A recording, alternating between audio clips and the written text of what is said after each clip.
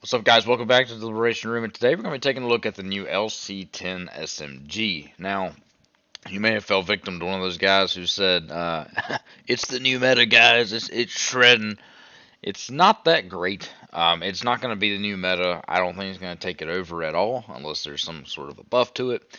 Um, you're going to see a few videos from some guys that are playing decent with it, but that's more so just because they're skilled and they're good at the game, and they're able to take about any gun and make something happen with it, right? So just because you see one of those videos that says it's shredding, it's not necessarily shredding.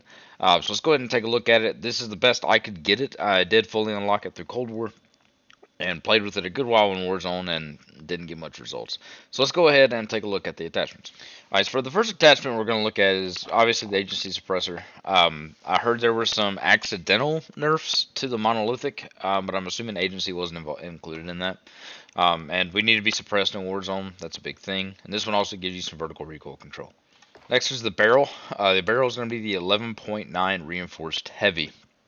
This is going to give you increased effective damage range and bullet velocity, but it's going to decrease sprinting move speed, so the speed you can run while you're sprinting, and the aim walking move speed, which means when you're aiming, how fast or slow you're walking. Next, we're going to take a look at is the stock. I'd recommend going with the Raider stock. This is going to increase the ADS firing move speed, aim walking move speed, and sprint to fire time. Another one you can take a look at, this would be more your preference and your playstyle, is the SAS Combat, because this increases firing movement speed, aim walking move speed, ADS firing move speed. The other ones are kind of useless to throw on, because they either hurt something or, like this one for example, sprint to fire time. That's great, but you can increase it here too. So Raider or SAS Combat. Next thing we're going to take a look at is the Foregrip. I don't believe they fixed the rear grips in Warzone for Call of Duty weapons. They're saying that the Call of Duty weapons are having the issue where the rear grips pretty much aren't doing anything. I know True Game Data has done some research into that. But Field Agent Foregrip is what I'm going to go with. This gives you increased vertical recoil control and horizontal recoil control. If you end up in a position where you need to prioritize horizontal or vertical in any weapon customization, I always lean toward horizontal.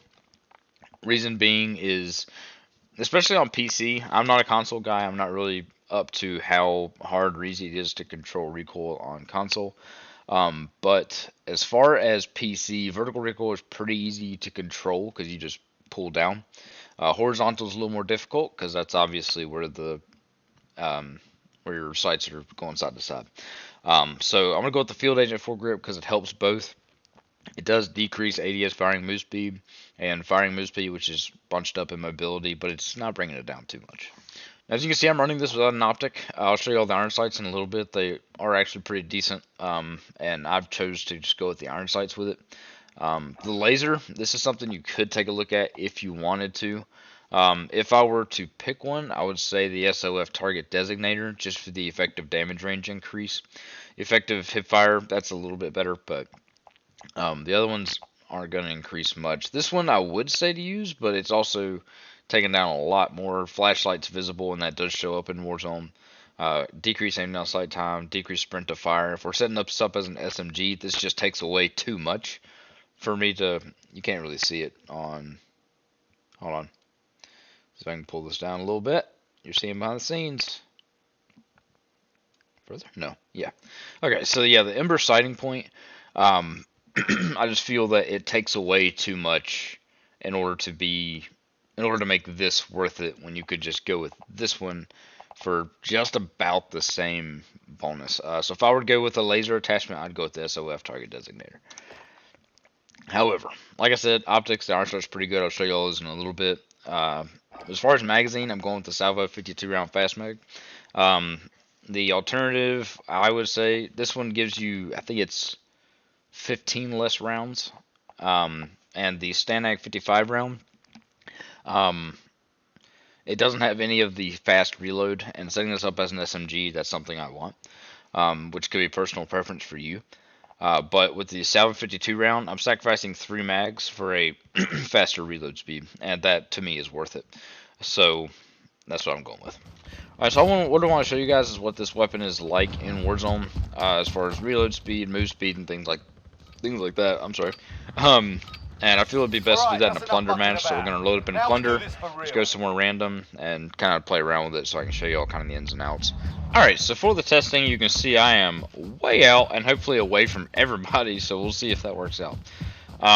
So yeah, this will be our testing grounds. I just kind of wanted to show you all what this gun's about and a little bit more in depth about it as far as an actual match. So this is the weapon right here. Like I said, the LC10 with all the attachments we just discussed. I'm going to show you the iron sights. The iron sights, like I said, aren't that bad. I like that thin front sight. That's kind of what I look for in decent sights. I'll go ahead and fire. I'm going to do from here, and I'm going to put in 0 input for me, just to show y'all what it's like without any input.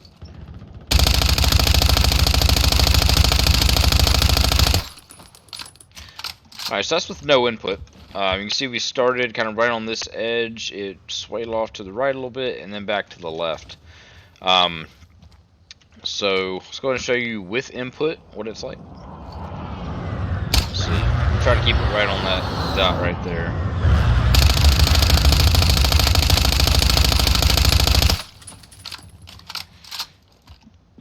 Not bad. It's not bad at all.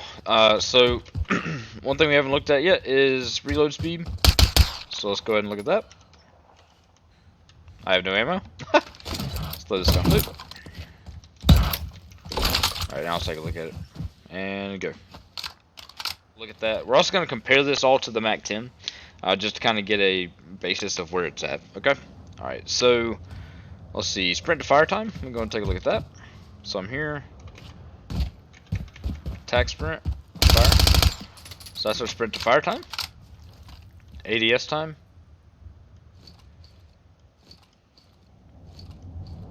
So that's what that's looking like. So I think that's everything I pretty much wanted to test. Let's go ahead and pull out the Mac10 and test that as well. Okay, so now we've got the current SMG meta, the Mac10, and we're going to take a look at it and how it compares to the LC10. Just ignore my dead body over there. I'm actually going to take the ammo. Swipe.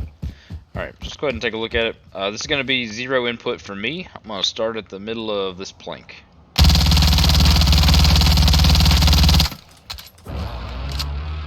Alright, so this is the same... Hang on, no. The last one was 52, so this has 1 extra round in it. So that's pretty close to the same amount of rounds right here. And you can see it pretty much stays on that plank. It goes off to the right a little bit, but it comes right back center. So it's not doing too bad as far as horizontal recoil control, which, like I said, is the thing that I want to prioritize in a weapon. So, let's see, I'm going to try to keep it right on that. I think this is about how far it was.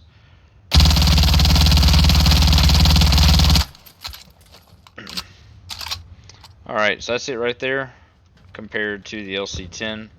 The LC10 does look a little bit tighter, but as far as feel, this gun just feels way better.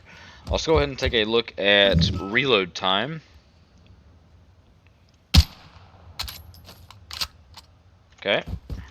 Let's go ahead and look at sprint to fire.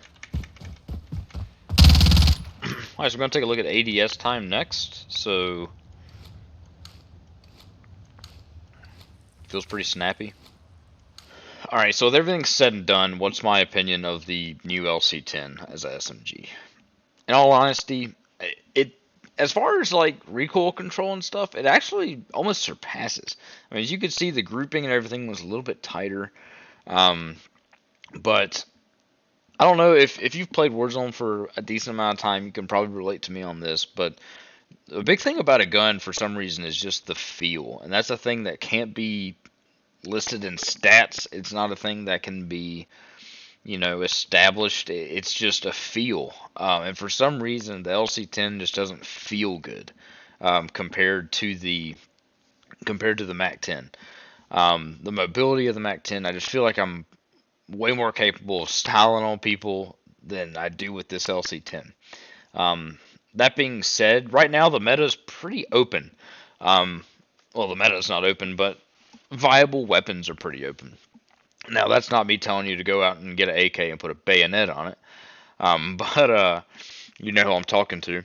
But that's more so me just saying, if you wanted to try something out, if you wanted to say, hey, let's try out the Uzi. You know, this is the time to do it because there isn't really a meta. The only real kind of meta that's in play right now is the Mac 10. And even then, the MP5 can still step on it sometimes. So if you want, go check it out. Try out the weapon. See what you like about it. I'm not going to be running it in Warzone. I'm still going to be running my Mac 10 if I'm going for an SMG loadout versus my Car 98. So that being said, give it a try. I hope you guys enjoyed this video. If you could, please subscribe, follow, like the video, share it. My current goal right now is 75 subscribers. I just recently reached 50. Everyone who is in that 50, you know who you are. I appreciate every single one of you, and I appreciate the time out of your day to support me in this. And let me know what you guys want to see next. We'll see y'all later. Bye.